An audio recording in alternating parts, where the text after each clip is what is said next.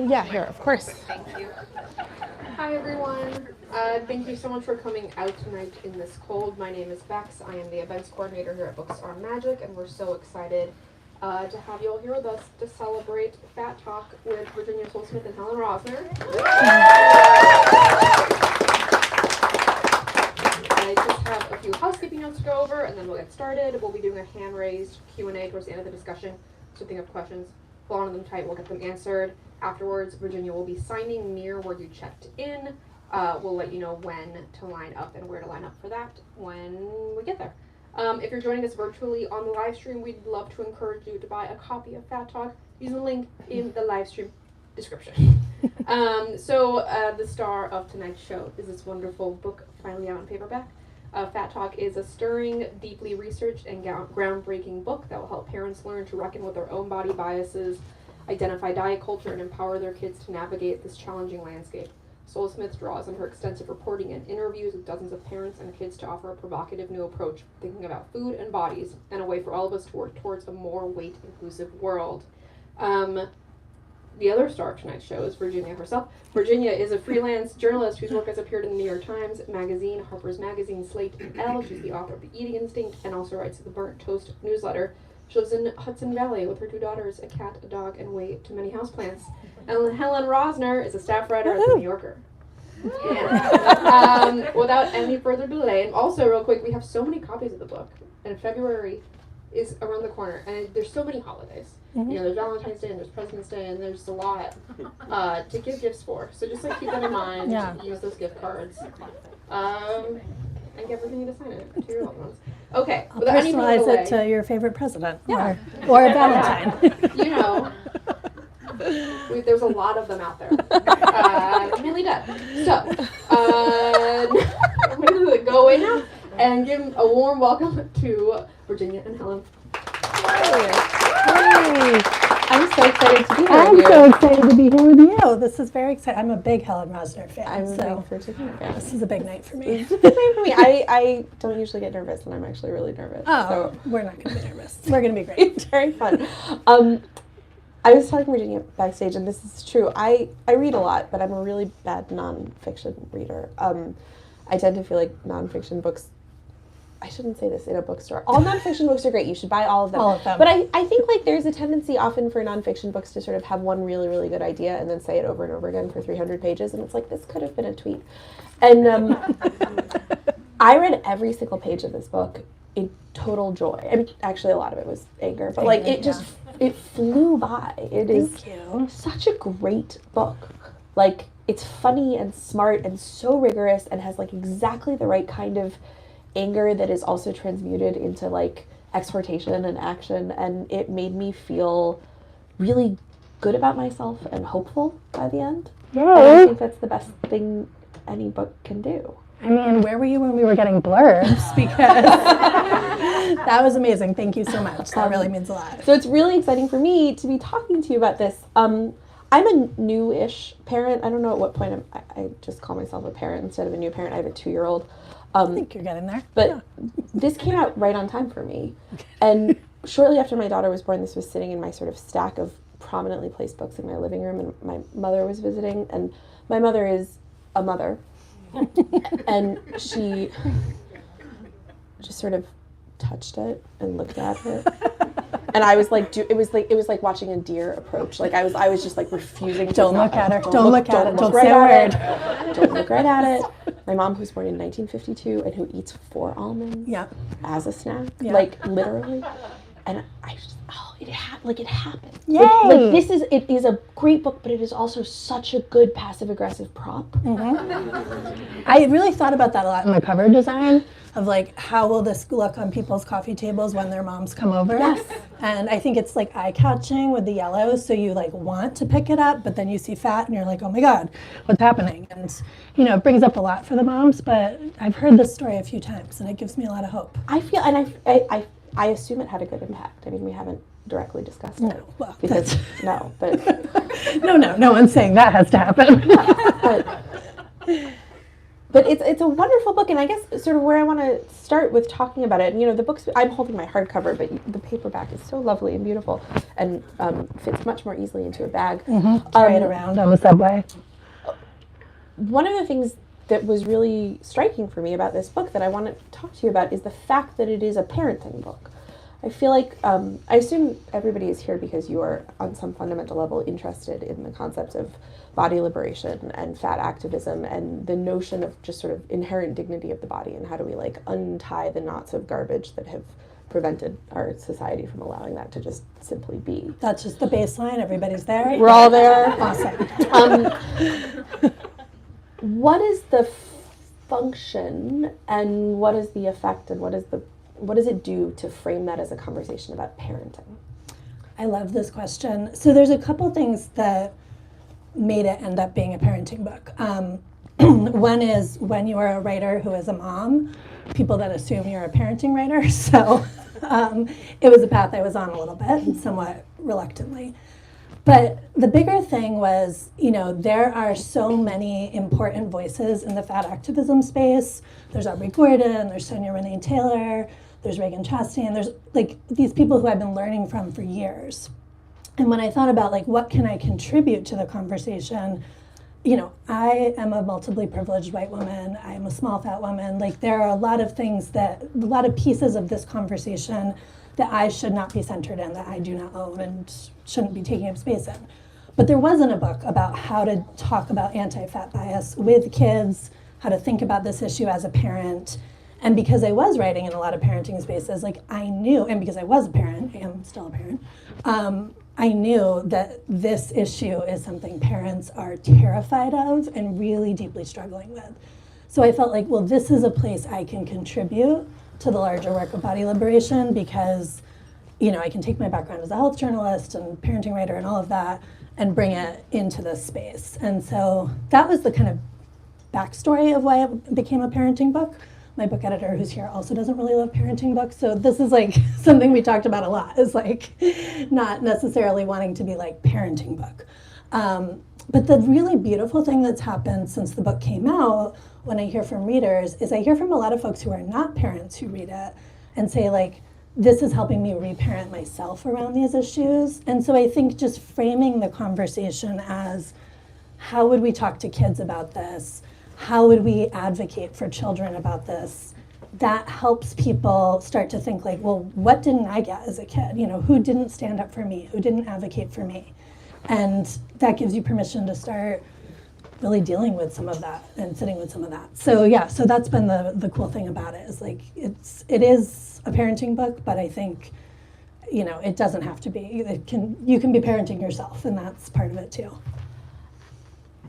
This is maybe the big and unanswerable question, but I feel like this is cover to cover just chock full with like irrefutable scientific studies and like rigorously researched and peer-reviewed data that shows that raising kids in diet culture is massively more harmful to them than whatever physical effects, primary or secondary, being overweight might do to them. Mm-hmm.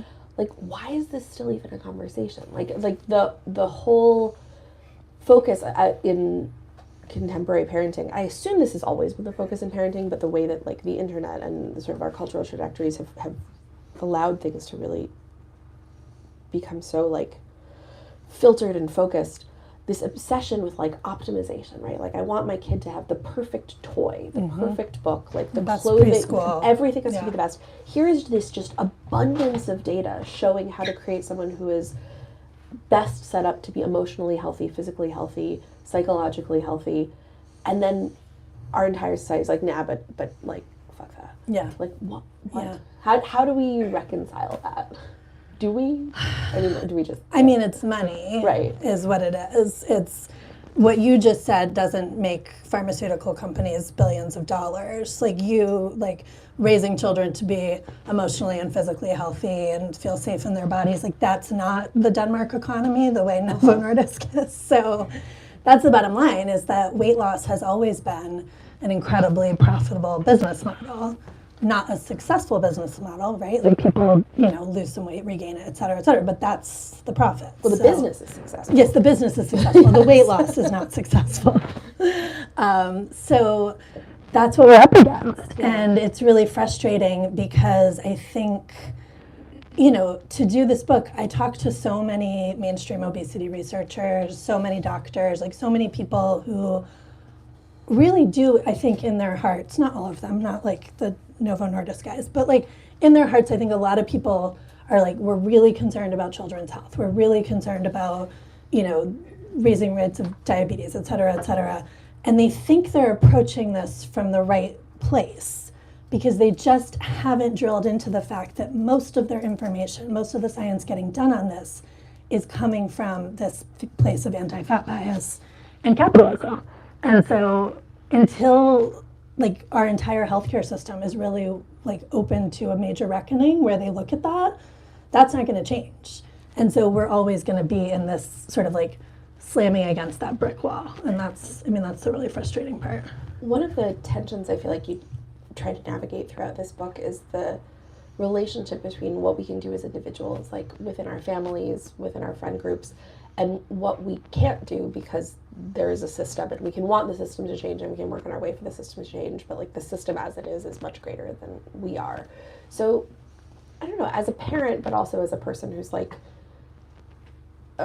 one of the most knowledgeable people in the world probably about this whole thing, like where does that come down? Like, is it really going to make a difference if I have a fat child, if my child grows up to be fat, if I say all of the right things and create exactly the right space for her, and then she still goes out into a world that is equipped to make her feel like crap? Like, so I honestly didn't know the answer to that for a long time, and I don't know that for everybody. But I will tell you, one of my very best friends has a daughter in a bigger body, and who is really struggling, and she's 12 years old, and she read Fat Talk, which like filled my heart with so much joy that this 12-year-old was like carrying around Fat Talk. That's amazing. Gosh. I know. And it has really changed the way she's conceiving of herself. Suddenly, this kid who's in middle school, right, like the most horrific time, like we all survived it. It's a horrific time in our lives, especially for body image and feelings about your body. And she, we could see this kid shrinking in on herself. Like the world is not being kind to her about her body. And suddenly she was able to like identify, use the word fat without like flinching, like identify this and come home and say to her mom, like, there's a calorie counting assignment in my health class. You need to get me out of it. I'm not doing that. And it's like, that's what gives me hope is like, the world will tell our kids all of these terrible things. The world tells all of us these terrible things about our bodies. But if you can have this foundation to come back to, and if you can know for kids, if they can know that home is a safe space, like your daughter will know you're never going to expect her to change her body, then it just gives them more tools, it gives them more options. And like, I don't know about you, but that's not what I had in the 90s. It's not what I had as a middle schooler and as a high schooler. Like, it was like, no, obviously change your body, change your body. Yeah. I feel like it's like, I can't believe I'm about to use a sports analogy because I don't do that, but like. I'm also uncomfortable that we're going there, but okay. Sure. I feel like it's, I'm also probably going to get the terms wrong, but I feel like swimmers, like, you know how professional swimmers shave their entire bodies right before the actual meet, but they do all their training with their body hair. Oh, yeah. And so it's like they've trained with drag, and then when they go out in the world, they're like super strong and they're ready to go. Like that's. I think I'm trying to put no this one analogy together. Correct us, but I thought that was a beautiful metaphor for the book. Yes, and for the experience of it gives you your navigating this. Yeah, walking with weights. I don't know where I'm going with this, but yeah, no, it's weird. And reading this. So I read this when it first came out when I was a brand new parent. Like I had a 7-pound potato. I'm just impressed you were reading at that point. That's like. Great. There was. I don't know how much I retained. I was watching a lot of Gilmore Girls reruns in that phase of my parenting. And then I reread it a month or two ago, now as the parent of a toddler, and it's been interesting for me to sort of trace the arc of my own relationship to my body, becoming a parent. I sort of optimistically was like, it's not going to change me. I'm just going to poop out a baby and I'll continue being me. And then like, it's not the pregnancy that changed me or the parenting even that changed me. It's that there is now a person where I am acutely aware at all times that I am the model, and that I share that modeling with my husband, but like I am a model, and like I thought I was really good at not doing negative self-talk, and like now I'm acutely aware of it. And oh my God, it's everywhere. Like I hate myself. What has happened? Like I didn't realize how much this was there. Like I get Botox, but then I stopped getting Botox because I was like, she'll know. 2-year-old's famously good at spotting Botox. And she'll tell the difference. Well, like the level of and you touched on this too, but like the level of self-parenting that reading parenting books has asked of me has been really healing and exciting, and also a little bit annoying and terrible. That seems right. Have you had an arc of change in the 2 years since the book has been out? Like your relationship to the book itself, or the way that you feel like people have reacted to it? Yeah, I think, I mean, I said to you backstage I didn't want to talk about Ozempic because I'm tired of it. If you have Ozempic questions, it's fine. We can do it in the Q&A. But obviously the big thing that happened in the 2 years of the, the book coming out and everything is that Ozempic has really dramatically changed the way diet culture and weight loss gets talked about. And so what I will say is that I think it has both made clear to me what we're up against, and that this is, again, this multi-billion-dollar industry that is relentless. The fact that they're marketing these drugs to kids, that they're testing them on 6-year-olds now, like all of that, like it's very clear that the priorities are not health, the priorities are how do we make as much money off these drugs as possible. And that is something that I, because of doing this work, I can see and talk about, and that's fine. And the more I thought about what body liberation means and what we're fighting for here, the more I realized, like, we have to hold space for the fact that everyone gets to make their own choices about that. And if that drug is the right drug for you, if weight loss of any kind feels necessary for you, then like you will never hear me say that that was not the right choice for you. And I think that's some nuance that I had to start talking about the book and talking to people about the book to really like get to that level, because what I think you start to understand is how much like we all live with anti-fatness in all these different ways. It shows up in our lives in so many different ways, and like I don't get to say like you should all be okay with living with this amount of anti-fatness until we can fix it for everyone. We all have to put up with this, because I don't know everyone's individual lives, and often weight loss is necessary for fat folks to access medical care or to access clothing or to access job opportunities. Like there's so many things, because we're talking about a systemic set of barriers. So I think that's the nuance that I like now bring to it is really like, how do we talk about this as a system? How do we critique the system? How do we not critique individuals? That nuance, I think, is something I'm still finding and wrapping my brain around. Yeah, that's a really tough one too, because the system, while it exists as its own self-perpetuating entity, is created and maintained by individuals, right? Like, and they're not like abstract, faceless people. Yes. Like we all contribute in our own ways to all these little systems, and then there are the big, horrible architects. And like you saying about not wanting your 2-year-old to spot your Botox, like, but I still get that because I have 2 daughters, and any beauty work I engage in front of them, I feel very like I have to disclaim, like I'm just, this is something I'm opting into, but it's beauty labor, and it's not fair that women are expected to put on makeup and do our hair like this to go out into the world. And you notice your father doesn't have to do any of this to leave the house, and like they're just like, okay, like, really, mom? Like mommy's lipstick is discourse and praxis. Also, it makes me happy. I'm trying to tease out how much of it is my own joy versus the male gaze. I don't know. Are they even extractable from each other? So yeah, all these individual choices are also us performing in diet culture and performing in patriarchy. And so, but I think we just are all allowed to like do our own math there is where I've landed. It's kind of amazing to me. I was like, how much... This is such a like sophomore year stoned thing to realize, but like how much everything is just the one thing, right? Like like diet culture and the patriarchy and like homophobia and queerphobia, like all of it, racism, like all of it is just the same thing. It's just like actually like your body doesn't have any impact on how much respect you deserve. And like that's right. It's wild how much wrapping that needs to have, and how granular the like getting ahead of objections needs to be, and how like it's beyond 101. And I think this is where it gets very sophomore year stone, but it's like once you see it everywhere. Yes. It's like the spider web is everywhere, and every twitch of a strand twitches everything else, and it's just like, well, no, this is really easy actually. Like, it's super easy. We've solved it. We just have to be cool. Just be cool. Just be cool. Yeah, it's like, not that just hard. be cool. Yeah. And then it turns out that's actually incredibly complicated.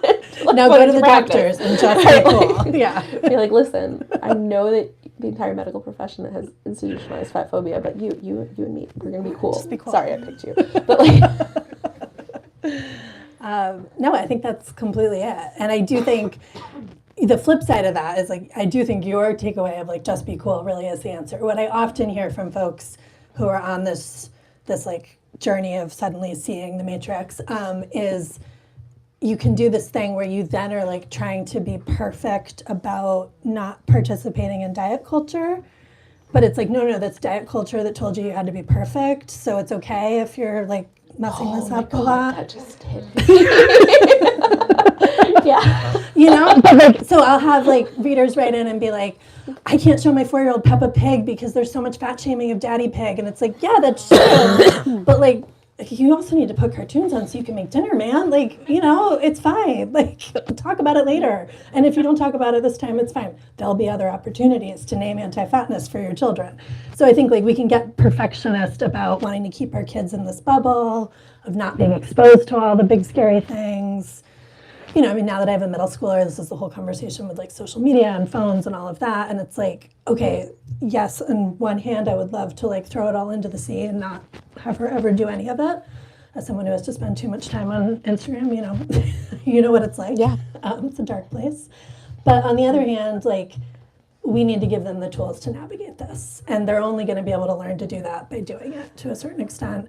And by spotting it and having their own relationship to it. So It also, you know, reminds me of a concept you come back to a lot in the book, which is the idea that like restriction creates obsession and fixation. totally. And that, you know, it's almost like, you know, inoculating yourself to the poison by taking a tiny dose. Like, if we can learn how to function within a society where fat phobia or diet culture is normalized in various places, like, it allows us to sort of reinforce our sense of what the right way to behave is, or not right in a moral sense, but right in a, you know, and What aligns with your values. Exactly. Yeah. Yeah, no, it seems you know, that idea of restriction is, I'm a food writer. I overly edited my bio when Bex introduced me before, but if those of you who don't know me, I'm a restaurant critic. I've been a food writer for decades now. And so my relationship to food is different in a lot of ways than most people's for professional reasons. Like, I have to be obsessed with food. I get paid to be obsessed with food. And that is really bizarre when it comes into conflict. It often doesn't come into conflict with my sense of myself and my body, I think, because I have a moderately decently healthy sense of myself and my body. But like, when it does come into conflict, it's wild. Yeah. I'm like, oh my God, like, you know, I have to go out to dinner. I have to go to fancy restaurants and eat like butter-laden food. Like, and it's the thing that I am praised for, and then simultaneously it's also a thing that leads to a bodily result that I am punished for. Mm-hmm. We're just having a therapy session now. No, but I'm so interested in this. I don't even know what my question is. I'm just talking. Can I ask you a question? Yes. So, I mean, I'm so curious about this because I've definitely interviewed like people who work with food. It's like quite common for people who work with food, write about food, to be a little weird about food. Mm-hmm. Like, and it's understandable because of what you're saying. Like, there's all this mixed messaging. There's this like need to revel in it, but also well, there's this thing in food that if you work in food media, you sort of very quickly understand this. It's never quite said explicitly, but like, food media is about everything that happens until you swallow. So it's about preparing, it's about shopping, it's about plating, looking at, taking the bite, tasting the flavors. As soon as you swallow and we start talking about what happens once it hits your body, it becomes health writing. It's not food writing anymore. Oh, this makes so much sense. And so there's a really fascinating disconnect. There's like food as an aesthetic and cultural property, and then there's food as like the actual fuel of your body, or something, even if it's not fuel, like the pleasure, whatever it is, like it converts in your body to something physical, and that is just not the purview of food writing or food media. Does that make it easier then? Because you're like, I don't have to think about all of that? Or is that noise still there? It makes it easier in the way that compartmentalization makes everything easier. And like all compartmentalization, it will eventually fail. Right. So, Do you, this is like a personal question, so if you don't want to answer it, you can reject it. But do you find that your body becomes like subject of discussion as a food writer? Like, does that come up for you at all? it has historically. I was once, a while ago, I was approached by a book agent who was like, I have a great book idea for you. You should write a nonfiction, personal, first-person book about being a fat food writer. And I was like, well, what about it? Like, It's like the one sentence bio. okay. Like, now what else? like That's an idea that doesn't need 400 pages. and you know, he was sort of like, oh, like I don't know. Just seemed cool, I guess. Like, okay, like I eat food, I put the food into my body, like, footnote, the body is fat. And like, I don't know, like I was just, this sounds like sour grapes, and I have no idea what my life would have been like if I were thin, but like, you know, I'm pretty sure that like I've probably missed out on some media opportunities because I'm not as camera, but I don't think that's because I'm fat. I think it's because I think it's because I have a squishy potato face. So like, I don't know, like, I think that, Okay, like, we'll come back to that later. like, yes and no, right? I think that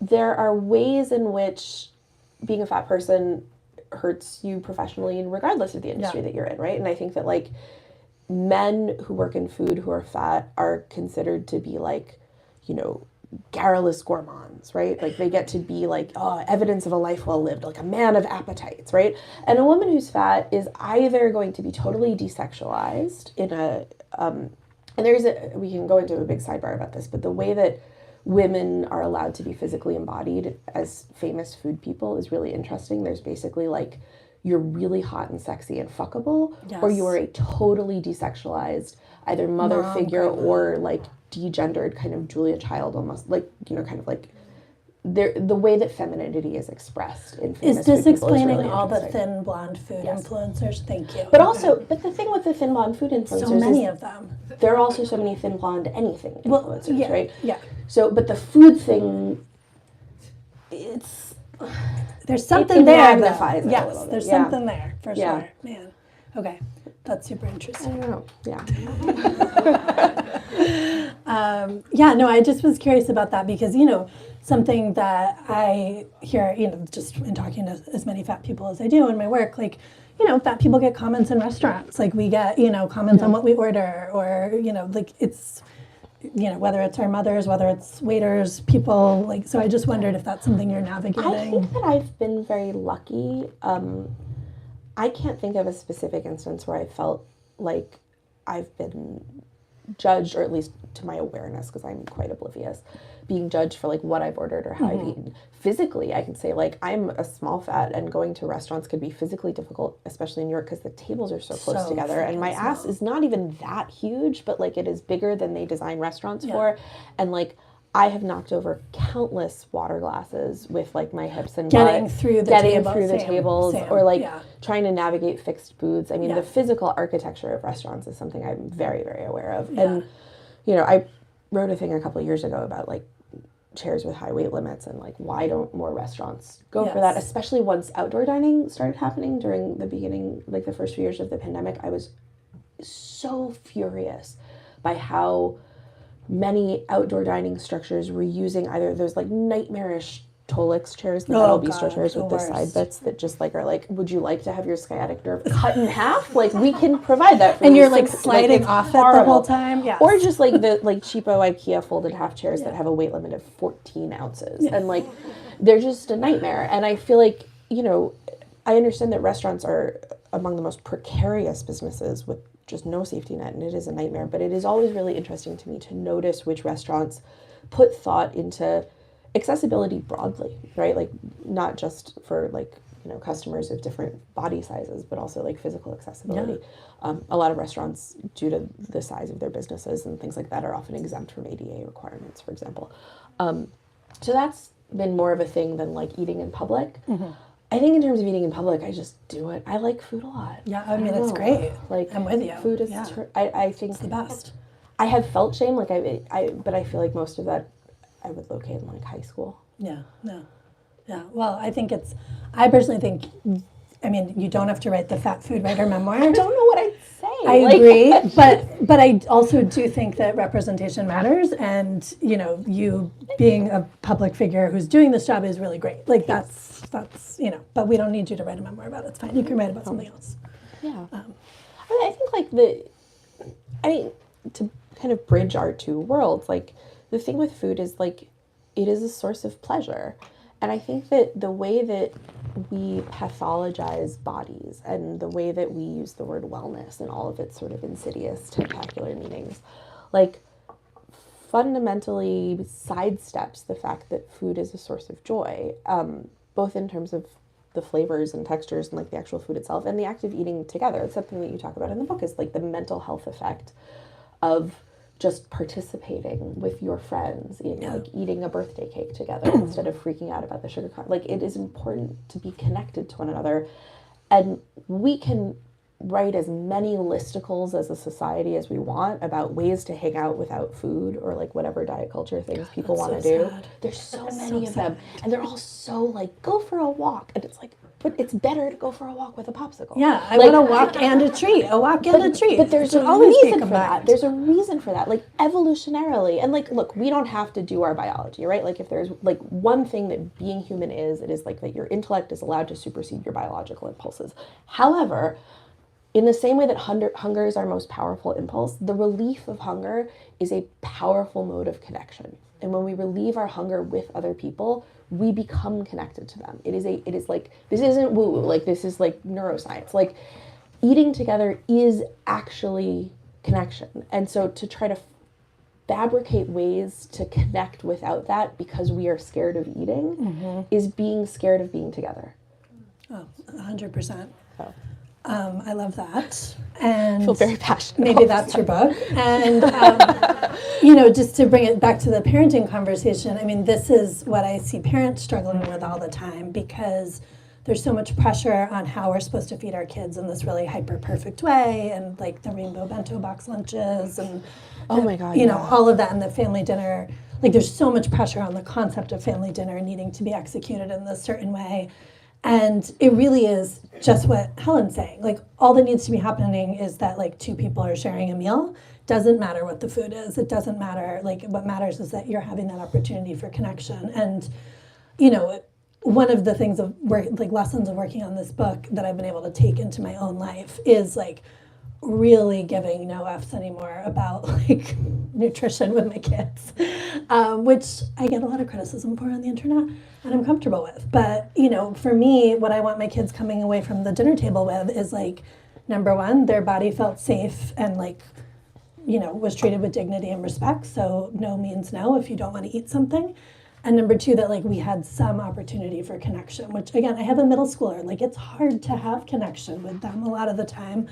And they don't want to talk about their day at the dinner table. But like, if the food is something she likes, that's like going to get me closer to that. So, really, but it's hard because even for me doing this work and believing all of that quite passionately, there are a lot of nights where I look at our dinner table and think like, oh my God, like if the internet could see this, like I'm failing, we're not achieving, they're very selective eaters and it is what it is. And so, but like we have that core connection and that's what. Yeah.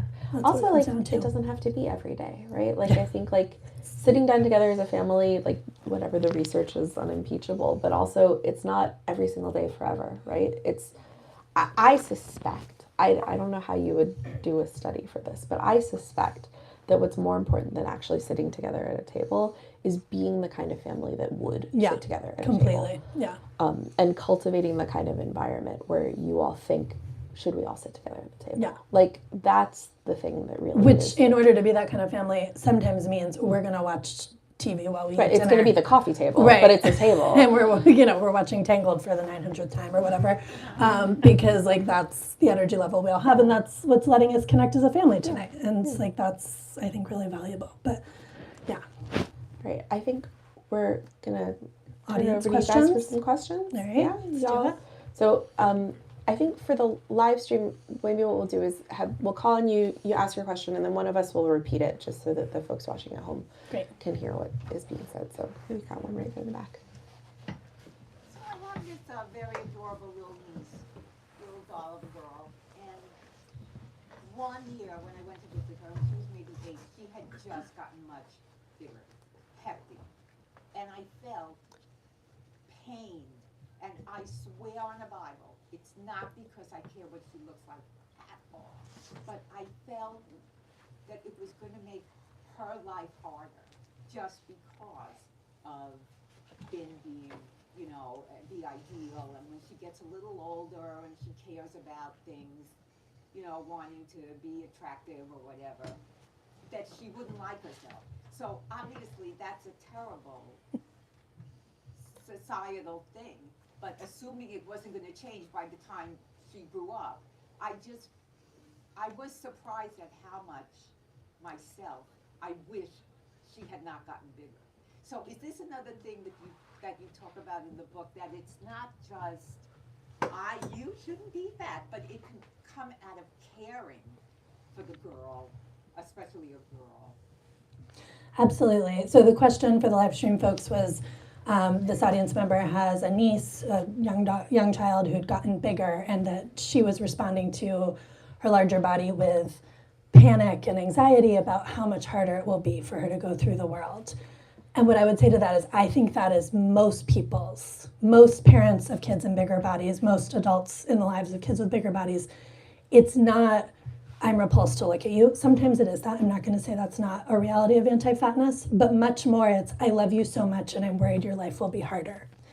And that is a totally understandable place to start, because you know the world and you know that the lives of fat people are harder.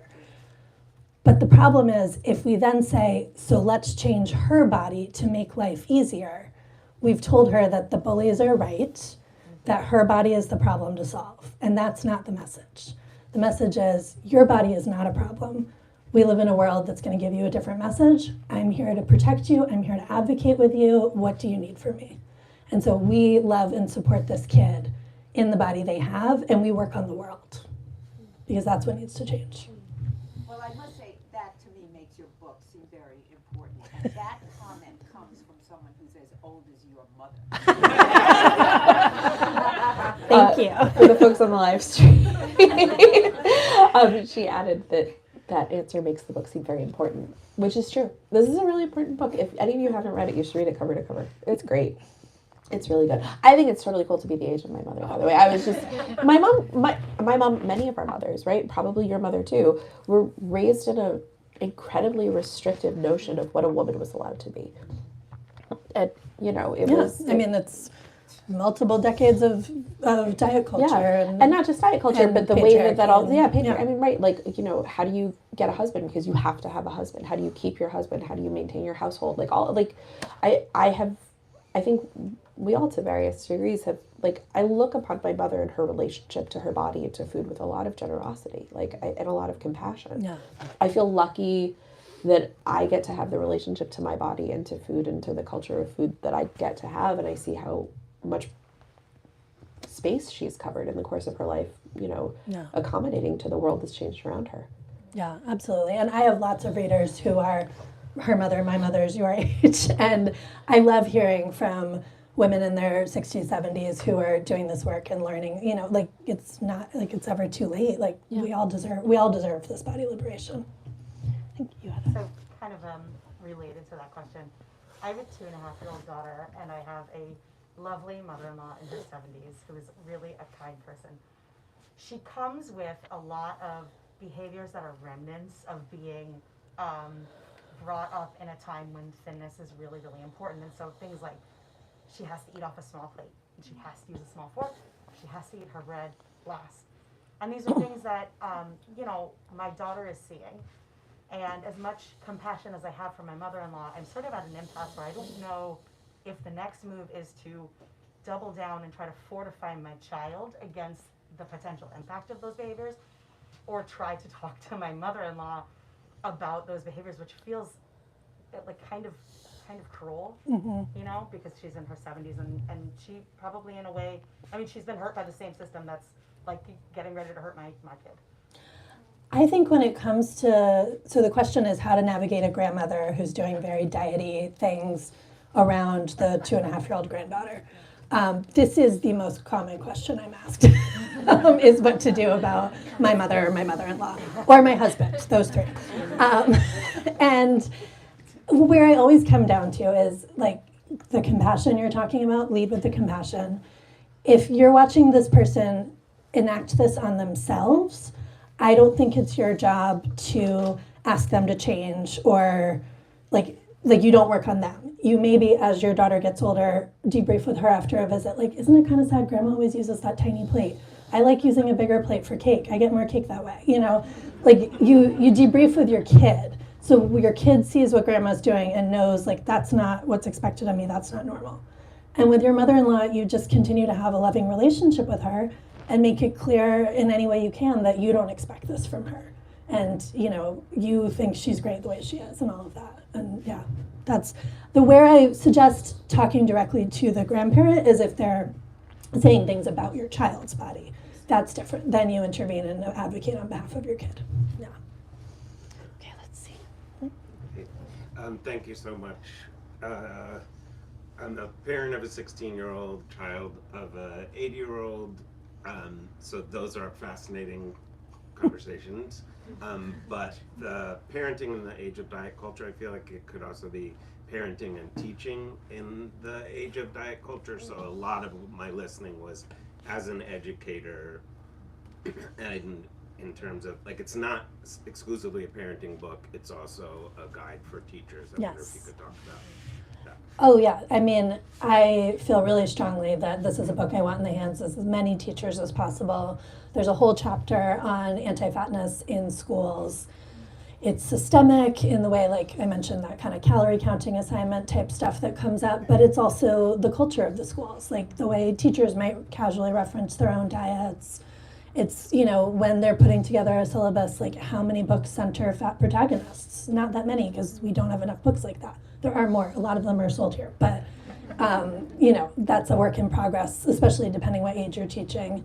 So yeah, I think the book is a tremendous resource for teachers, and there are several teachers quoted in that chapter who have like put their own resources on the internet, and I think are making efforts to connect with other educators. So I love it when teachers come to events. Thank you.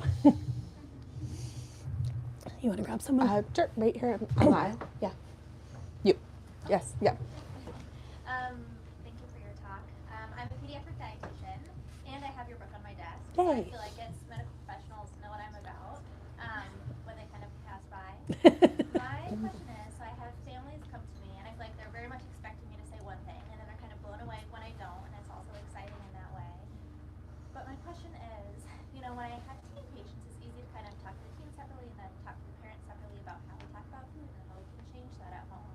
But when I have kids who are, you know, under 13 and I'm working with their parents and the kids in the same room together, what are your recommendations for kind of navigating and changing how we talk about food and body image when I have the parent in front of me and I have this young kiddo in front of me too, all age ranges?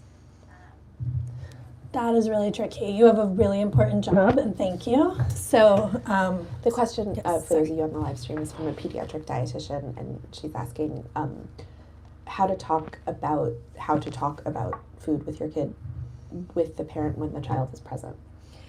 I mean, I think whatever age kid you're dealing with, it's great for them to hear you saying what you're going to say about food. If you're presenting the idea of food as nourishment and pleasure, and you're pushing back against weight loss plans and all of that, then anything you're saying to the parent, even if the parent's getting uncomfortable or arguing with you, like, it's great that the kid is getting to hear this perspective.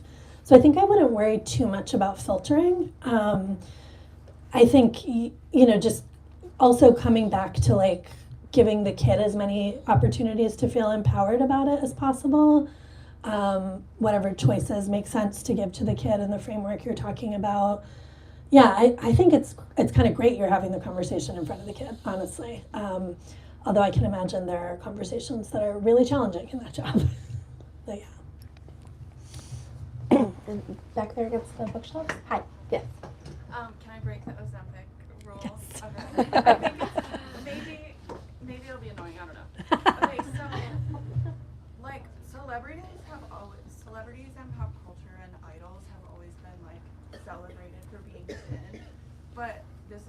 longest time there's been this $1,000 a month drug that makes people thinner. So then, like, thinness and its relationship to class and celebrities has changed. So, like, I'm here to get the book. I haven't read it, but do you have any thoughts on how that changes how people idolize celebrities, or is it the same thing? Like, I mean, that's such a good question. Oh, Do you want to repeat the question? I can repeat the question. Sorry, live stream. So the question is, Ozempic is this $1,000 a month drug, not just Ozempic, all of this class of drugs, $1,000 a month, which means we're seeing celebrities have access to it, and how does that change the conversation around like how we idolize celebrity bodies? I think it's just making what's obvious, what's always been true, which is that a celebrity body is the product of time, money, more time, more money, some genetic luck, more money. Like, you know, any thin celebrity is just a lot of money you're looking at that's gone into all of the whatever they're doing to maintain that body. And so I think in a way I appreciate, there's times where I really appreciate the Ozempic conversation because it just makes all of this more obvious. It makes the anti-fatness more obvious. It makes the fact that anti-fatness intersects with classism more obvious, because when we see the media writing these glowing pieces about like, soon anyone can be thin, it's like, well, no. I mean, there's always going to be fat people. We're just going to see fatness stratified by class even more. So I think it's just making it more obvious, I think is where I land there. This isn't quite what you were saying, but from a sort of food media perspective, I feel like there was a story, maybe it was in the New York Times a couple of weeks ago, that was like, does the rise of Ozempic and these drugs mean the end of the snack food industry? Oh, yeah. And like, the answer is no. Oh, Like, the way that these drugs is talked about is so wildly divorced from, if you've read any of the like actual like literature about these drugs and how they work and what kind of impact they have on people's behaviors and thought processes and sort of hormonal reactions, like none of it's not a silver bullet, right? Like, even if you take it every week, people don't lose weight. You still have to decrease your calorie consumption, increase your exercise. Like, it isn't the drug that the narrative wants it to be. Yeah. And so I think that while navigating the conversation around Ozempic, which is insufferable, is far more, what am I trying to say? I think the drug itself is neutral. I think like the marketing. It's a great diabetes medication. It's a great diabetes medication. It seems to be having like, I read something recently about how it seems to be having like extraordinary promise for dealing with like substance abuse disorder. And like there's lots of interesting effects that are coming out. Like as a drug, I think it is morally neutral the way all drugs are morally neutral. The narrative around it is being constructed in ways that tells us a lot about our constructed fat phobia and diet culture and the way we hierarchize bodies and the accessibility of those bodies. I mean, I think that your question cuts exactly to the core of this. Like, it is always easier to have the ideal body when you are rich. And it is always harder to have the ideal body if you have to focus on anything other than attaining and maintaining that body. So I think I would take everything with a grain of salt unless it is actually about like a scientific study, because like, no, like Doritos is not going to go out of business. Like, no, it's not. Really have faith. We can keep Doritos alive. Like the reason, maybe a government bailout. I don't know, guys. The reason there is not plus sizes in store at Old Navy is not because there's not a demand for them. Right. It's because Old Navy is trying to create a narrative. Like, the realities of demand and money and supply in human bodies has almost nothing to do with the story that is trying to be told about the way that capital is flowing. No, absolutely. Your pick. All right. I think you have had your hand up for a while. Yeah. Thank you so much for your book. I am a health teacher Yay. in lower school and middle school. I read it last year, and I feel like this book gives me, I'm armed with such knowledge and permission to teach my classes the way that I do. And I have to talk about so many other things. Like, I talk about stress and regulation and gender and sexuality and all the other sex ed stuff too. But obviously I really want to talk about food and nutrition. A lot of the kids' parents come to me and they say, okay, so you're going to help me stop my kid eating sugar. And I just say, after having read that book, I go, I will not be doing that. That's not what my classes are about. I remember you saying something in the book that kids are always getting so many confusing messages about food, right? The clean your plate club, but don't get too fat. And that just creates this like world, this swirling whirl of confusing messages for children. I want to be a safe adult where I'm the health teacher that literally never uses the word healthy food or unhealthy food. But I also know that I'm very much coming up against the messages that they are getting at home. So where do you feel like is the line between a cool teacher that like is a safe place to open their minds to all of these restrictive messages, or where's the line between that and like just being another person where they're like, I don't know what the truth is. I have my health teacher saying this, I have my parents saying that. That's a great question. So for the live stream folks, this is a health teacher who's trying to take an anti-diet body liberation approach to the curriculum and not use phrases like unhealthy and healthy foods, but how to navigate that when the kids are getting different messages at home. I guess kind of like our pediatric dietitian friend over there, like, I'm just so glad you guys are doing this and saying these things to the kids. Like, this is what I am hoping is happening more and more. And I think there's absolutely going to be kids who are confused, right? Who are like, but my mom is saying we're going to the gym every day after school and this doesn't make sense. But there's going to be some kid in your class who really needs an adult in their life to say this, and you're going to say it. And that's going to plant a seed that is going to help them navigate what they're dealing with at home or what's to come. And so I just think, like, yeah, you have this amazing opportunity to be the safe adult. And I think you could invite conversation about what other messages they're getting, not because you're going to necessarily like tell them that's wrong or argue against it, but to encourage them to start thinking a little more critically, like build some of those like critical thinking skills about like, well, so does this make sense to you? How do you feel when this happens? I think that would be like a great opportunity to just like have them start exploring the messages. Because what I find, you know, with the kids I interact with, which as a parent is like my kids, their friends, that kind of thing, like they're so good at calling this out. Once they have like a few talking points about this, like they're spotting it everywhere.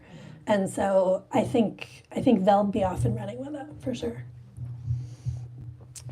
Oh, there's so many more questions. One more question? One Okay. more. Okay. We're going to do two. Sorry. We're going to do two, but we're going to make them fast. I'll answer really quick. Okay, sorry, it's not a quick question. I have a 5-year-old, and this kind of ties into your first book, The Eating Instinct.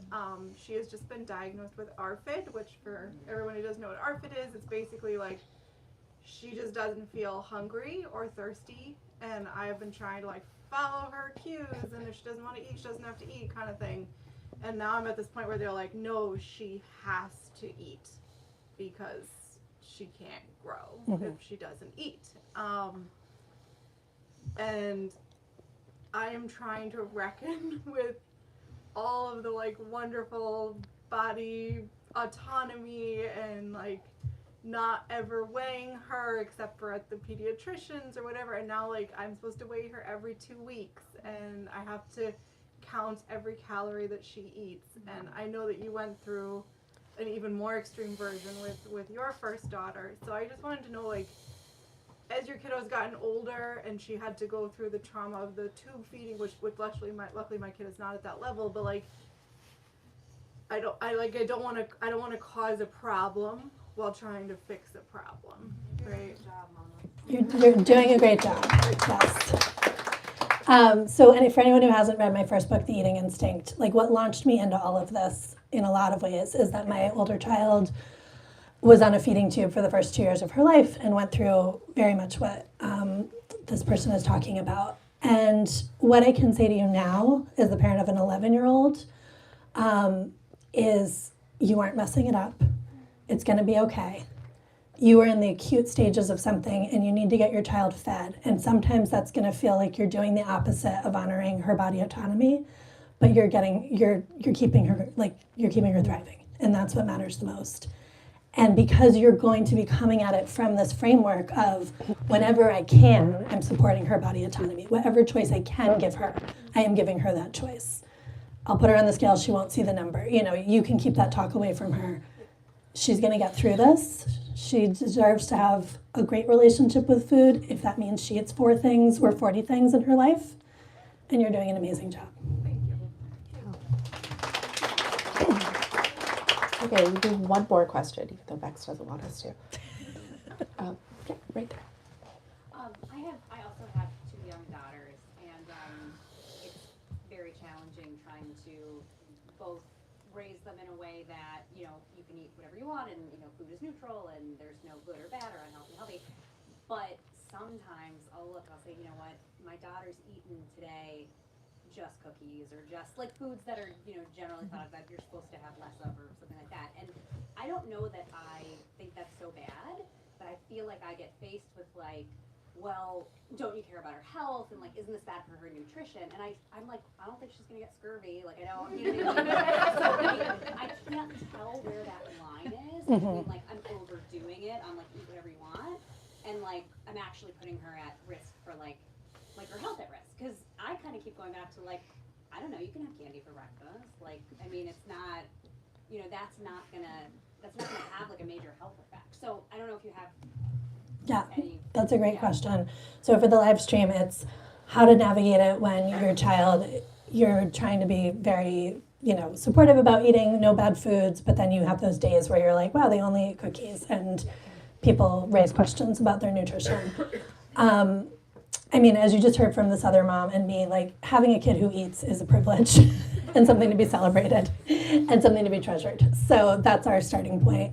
And I did really dive into the pediatric nutrition research for the book.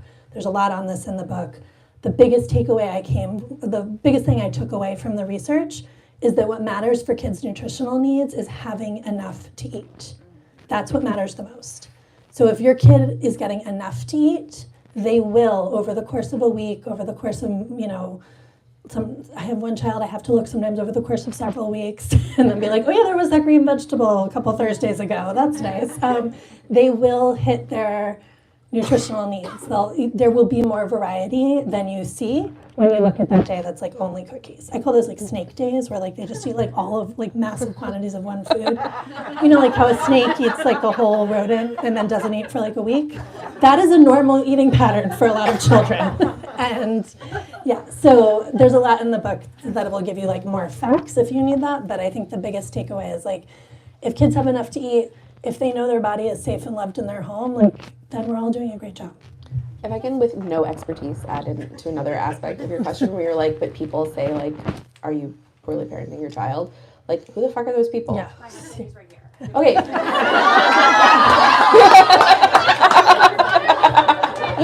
We'll talk after. I don't know. It's like, sir, are you a registered dietitian? Oh, no, good. Okay. Well, I think we solved that.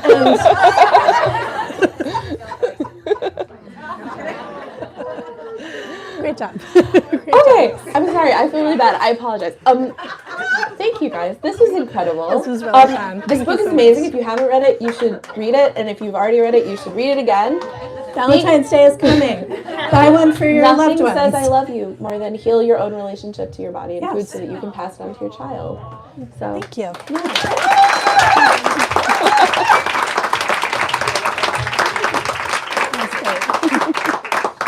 Thank you so much, Virginia and Helen, for joining us tonight. Thank you all so much for coming. If you're still on the live stream, you can buy a copy of the book in the link in the description. If you're here, you can buy it at the register. Where you checked in, my lovely coworkers are now pointing to where Virginia is going to be signing. Not at this moment, but in another moment, we will have you line up down the center aisle. Please make sure to grab your belongings because we fill up the chairs as soon as you stand up. And I asked so kindly to please wait to rush Virginia until you're in the signing line, just so we can get that going and get everyone good and safely home in this cold weather. Thank you so much for coming out. Thank you.